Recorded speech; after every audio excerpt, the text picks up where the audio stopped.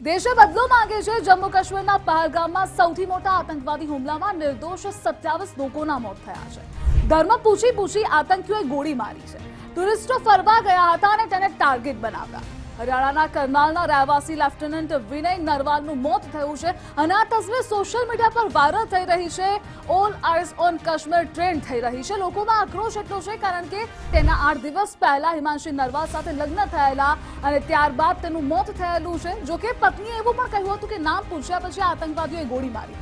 બીજા દ્રશ્યો આપ પણ જોઈ લો કે જ્યાં 3 ગુજરાતીઓના મોત થયા છે।